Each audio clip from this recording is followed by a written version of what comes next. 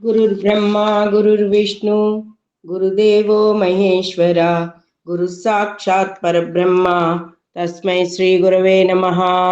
शुक्लांबरधरं विष्णुं शशिवर्णं चतुर्भुजं प्रसन्नवदनं ध्यायेत् सर्वविघ्नोपशान्तये।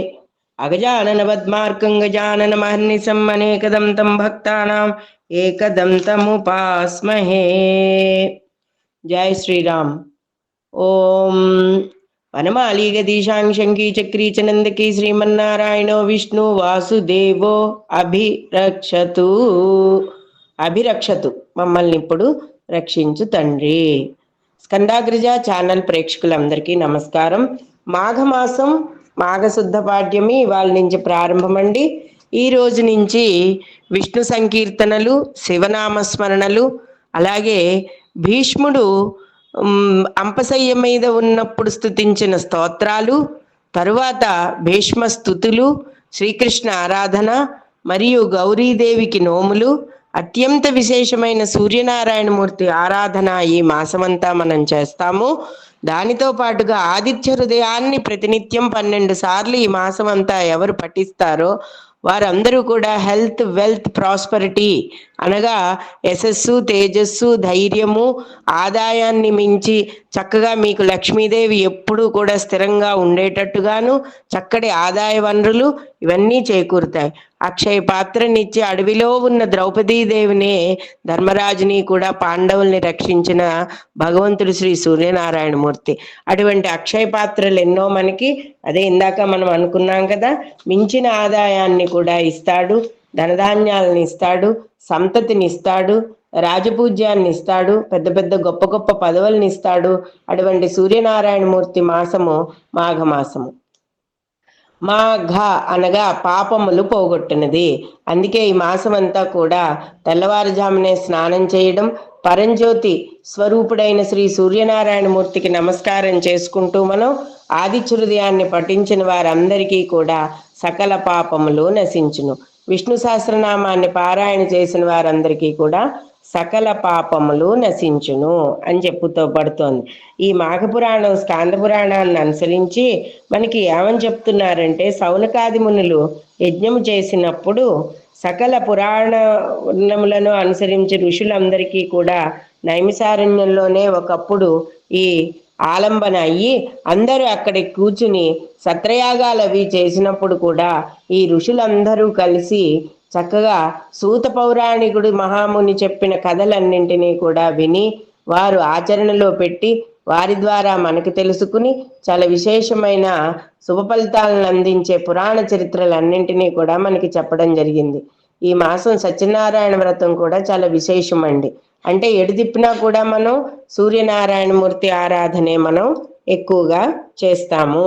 అలాగే లక్ష్మీనారాయణల ఆరాధన, శ్రీ మహావిష్ణువు యొక్క ఆరాధన మనకి ఇక్కడ చెప్పడం జరుగుతోంది. సూర్యనారాయణమూర్తే నారాయణుడు కూడాను. కాబట్టి ఎప్పుడు ఒక్కటి గుర్తుపెట్టుకోండి, ఏ స్వరూపమైనా కూడా భిన్న భిన్న రూపాలలో ఉన్నా కూడా మనం పూజించే దైవాలన్నీ కూడా ఒక్కరే, కానీ అనేక రూపాలలో మనకి చెప్పడం జరిగింది మన హిందూ ధర్మంలో. కాబట్టి భిన్న రూపాలలో అయినా ఒకటే ఏకత్వంగా భక్తిని చూపిస్తూ భయభక్తులతో భగవంతుడి పట్ల నమ్మకంతో మనం చేయవలసిందే.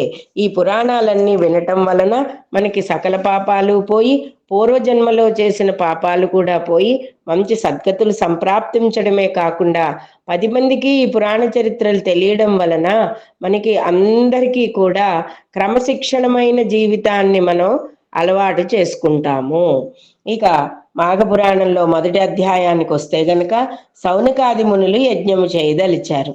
సకల పురాణ పురుషులు ఋషులు అయినటువంటి వీరందరూ కూడా నైమిసారణ్యం మందు ఒకప్పుడు సౌనకాది మహర్షులు లోక కళ్యాణార్థమై ఒక మహాయజ్ఞాన్ని తలపెట్టారు. ఆ మహాయజ్ఞము పరిసమాప్తమగుటకు ఒక పుష్కర కాలము అనగా 12 సంవత్సరాలు పడుతుంది. ఈ 12 సంవత్సరాలు కూడా ఎటువంటి ఆటంకాలు అడ్డంకులు రాకుండా ఆ యజ్ఞాన్ని పూర్తి చేయాలనే దీక్షతో సౌనకాది మునులు యజ్ఞస్థలముగా నైమిసారణ్యంలో ప్రవహించు గోమతిని నదీ తీరాన ఒక ప్రదేశాన్ని ఎంచుకుని ఒక శుభముహూర్తంలో యజ్ఞాన్ని ప్రారంభించారు. అంత పెద్ద యజ్ఞం చూసి తరించవలనని కోరికతో భరతఖండం నలుమూలల నుండి కూడా తపోధనులు అందరూ వచ్చి యజ్ఞశాల సమీపం నందు నివాసాలు ఏర్పరచుకున్నారు. 12 ఏళ్ళు ఏకధాటిగా ఈ ఈ యజ్ఞాన్ని చేస్తున్నారంటే అలా అలా అలా అందరికీ అలా ఆ నోట వ్యాపించుకుని ఋషులు ఎక్కడెక్కడ వారు కూడా అందరూ కూడా భారతదేశంలో ఉన్నవారు అందరూ కూడా ఏ పర్వతాల దగ్గర నివసించేవారు ఆశ్రమాలు ఉన్నవారు అందరూ కూడా వెళ్ళి ఆ యజ్ఞంలో పాలు పంచుకుని అక్కడే స్థిర నివాసం ఏర్పాటు చేసుకున్న తర్వాత అక్కడికి వెళ్ళిన మునీశ్వరులో బ్రహ్మ తేజస్సు గల శతవృద్ధులు వేదములు ఆమూలాగ్రముగా మొత్తం 4 వేదాలని కూడా అవగాహన చేసుకున్న వేద పండితులు, సకల శాస్త్రములు అధ్యాయం అనరించిన మునికుమారులు ఎందరో ఉన్నారు. ఈ విధంగా మునీశ్వరులందరూ తమ తమ శిష్య బృందములతోనూ పరివారములతోనూ తండోపతండములుగా యజ్ఞస్థలములకు చేరుకొని వేల కొలది ఋషిపుంగవులతో ఆ యజ్ఞస్థలము కిక్కిరిసి ఉన్నది. ఆ యాగము సకల లోకములకు శుభకరమై ఉన్నది, పుణ్యప్రదమై ఉన్నది. 12 సంవత్సరములకు ఏకదాటిగా జరుగు మహాయాగం ఒకటి వలన పురాణవేత్తయగు సూతమహాముని కూడా తన శిష్య బృందంతో వేంచేసి యాగాది కార్యక్రమంలో పాల్గొన్నారు. దూర ప్రాంతముల నుండి వచ్చిన ఋషులు సూతుల వారి దర్శన భాగ్యం కలిగినందువలన అమితానందమును ఉన్నారు. సూతుల వారి ఆశీర్వాదంతో యాగం నిర్విఘ్నంగా జరుగునని అందరూ కూడా సంతోషంతో ఉన్నారు. సూత మహాముని సకల శాస్త్రములు తెలిసిన వారు కావున ఎంతో గొప్ప విద్యావేత్త, శాస్త్రవేత్త, వేద పురాణ ఇతిహాస అన్ని సమస్త విషయాలు కూడా ఆయన కాచి వడబోసి ఉన్నారు. కావున వారికి ఇందులో ఈ యజ్ఞయాగాదుల సమయంలో కావలసినదంతా కూడా వేద మంత్రాలన్నీ కూడా కుట్టిన పిండిని లాంటివి. ఎంతో ముఖవర్చస్సు ఉన్నవారు. ప్రకాశించుతున్నప్పుడు ఆయన ముఖవర్చస్సు బ్రహ్మదేవుడి వలె ఉంటుందిట.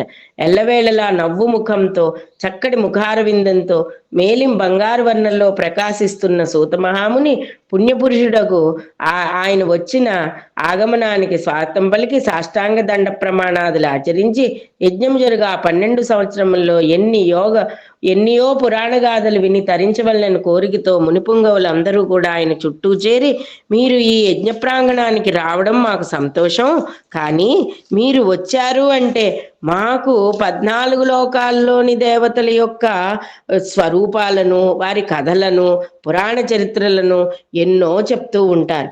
ఇంకెన్నెన్ని పూజలు చేయగలమో, వ్రతాలు చేయగలమో మన భరతఖండ అభివృద్ధికి, మానవ శ్రేయస్సుకి, కలియుగ మానవులు ఆనందంగా ఉండడానికి అవన్నీ కూడా మీరు చెప్పడంలో దిట్ట కదా. మేము చెవులతోటి అవన్నీ కూడా తేనెల వలె ఆస్వాదించడానికి సిద్ధంగా ఉన్నాము. మీరు ఈ సమయంలో యాగం పూర్తయిన తర్వాత కాస్త సమయం ఉంటుంది కదా, ఆ సమయంలోనూ మధ్య మధ్యలోనూ మాకు ఈ కథలన్నీ వినిపించండి అంటూ ఆయన చుట్టూ చేరి అదే పనిగా అడగడం మొదలెట్టారు. ఒక శుభముహూర్తాన ఆశ్రమవాసులైన సౌనకాది మునులందరూ సూతుల వారికి అర్ఘ్యపాద్యాలసికి ఉచితాసనం వేసి ఆసీనులు చేసి పాదములు వారికి పాదపూజ చేసి, పాదములు కడిగి పాదపూజ చేసి, మునిశ్రేష్ఠ ఋషితిలక ఇంతకు ముందు ఎన్నో పురాణ గాథలు మాకు తెలియపరిచారు కదా, అనేక ఇతిహాసములను కూడా విన్నాము, అందలి సారమును గ్రహించి ఉన్నాము. సమయం వచ్చినప్పుడు సకల శాస్త్రముల్లోని నీతి కథలను మాకు వినిపించుచున్నారు. అయినను మీ బోటి సిద్ధ పురుషులు 14 లోకములందును సంచారము చేయుచున్నందున ఎప్పటికప్పుడు నూతన విషయములు తెలుసుకుంటున్నాము. కావున మాకు మరిన్ని విషయాలు హోమ విరామ కాలం ముందు మాకు వినిపించండి అని ప్రార్థించారు. మునిపుంగవులారా, మీ ఉత్సాహం చూస్తుంటే నాకు కూడా చాలా ఉత్సాహంగా ఉన్నది. మీరు భక్తి శ్రద్ధలతో వినిలా ఆచరిస్తున్నందుకు గాను మీ మనోవాంఛను నేను నెరవేర్చుతాను. మీరు వినదగిన కథను నాకు తెలుసున్నంత వరకు వినిపించి మిమ్మల్ని తృప్తిపరుస్తాను. ఇటువంటి మహాకృతి సమయమున పుణ్యగథలు చెప్పుట వలన నాకును, వినుట వలన మీకును పరమార్థము కలుగునని పలికెను. మొట్టమొదటగా దిలీప మహారాజు గురించి, ఆయన వేటకు బయలుదేరాడు, దీని గురించి కథ. సూతుడు పురాణ ప్రవచనం అంగీకరించి అమితానందం పొంది, ఆర్య, పద్మపురాణంలో లీనమయ్యున్న మాఘమాసం యొక్క మహత్యమును మరల మరల వినగలిగే కుతూహలము కలుగుచున్నది. పద్మపురాణంలో ఆ మాస మహత్యమును ఆచరింపవలసింది, విధి విధానములను మాకు వివరించవలసిందని చెప్పారు. ఈ విధముగా సౌనకాది మునులు ఇతర తపస్సాలను కోరుట వలన సూత మహర్షి మిక్కిలి సంతోషించి, మీరందరినూ అతి ముఖ్యమైన విషయం అడుగుచున్నారు. మాఘమాసము కూడా ప్రారంభం కాబోచున్నది. ఇటువంటి సమయంలో మునిపుంగవులారా, మాఘపురాణం వినుట వలన కలిగే ఫలితం ఇంత అంతా కాదు. అదియును ఈ మహాయజ్ఞము జరుగుచున్న సమయంలో మాఘమాసం యొక్క మహత్యం మీకు వివరించుచున్నందుకు నేను కూడా అదృష్టవంతుణ్ణే సుమా. ఆ శ్రీహరి యొక్క కృప నా మీద, మీ మీద, భరతఖండం అందరి మీద కూడా ఎల్లవేళలా ఉండాలని సావధాన మనస్కులే ఆలకించండి అని సూత మహర్షి చెప్పడం మొదలెట్టాడు. నేను రోమ మహర్షి కుమారుడును. అతడు మహాతపస్వి, జ్ఞాని. నేను ఆయన వద్ద సకల శాస్త్రముల అభ్యసించి తిని విష్ణువంశ సంభూతుడకు వేదవ్యాస మహర్షికి ప్రియపాత్రులను. వారి దయవల్ల నాకు కలిగిన జ్ఞానంతో మీ బోటి వారు అడిగిన ప్రశ్నలకు జవాబులు గల శక్తి సామర్థ్యములు కలిగిన వాడిని.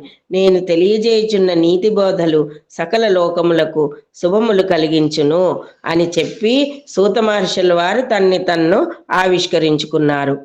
ఆ తరువాత మీరు అడుగునటువంటి పద్మపురాణమును మాఘమాస మహత్యంలోని పూర్వం దిలీప మహారాజు అడుగగా కులగురువైన వశిష్ఠుల వారు అతనికి మాఘమాస మహత్యమును ఎలా వివరించి చెప్పారో ఆ కథను మీకు చెప్తాను, వినండి అని చెప్పారు.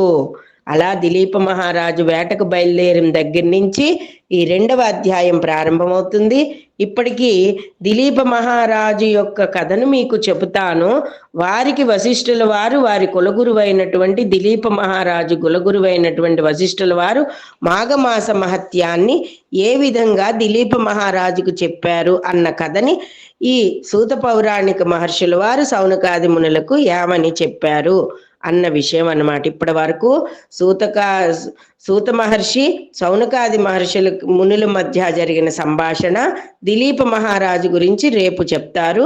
అప్పటి వరకు అందరూ కూడా మాఘమాసం యొక్క పవిత్రతను, కథలను తలుచుకుంటూ, మాఘమాసంలో మనకి పాపాలు నశించును అని చెప్తున్నాం కదా, అందరూ కూడా విష్ణునామస్మరణ ఓం నమో నారాయణాయ, శివ పంచాక్షరి ఓం నమ శివాయ జపం చేసుకుంటూ ఉండండి. రేపు మీకు 2వ అధ్యాయంతో మీ ముందుంటాను. అంతవరకు స్వస్తి. మాఘపురాణంలోని 1వ అధ్యాయం సంపూర్ణం.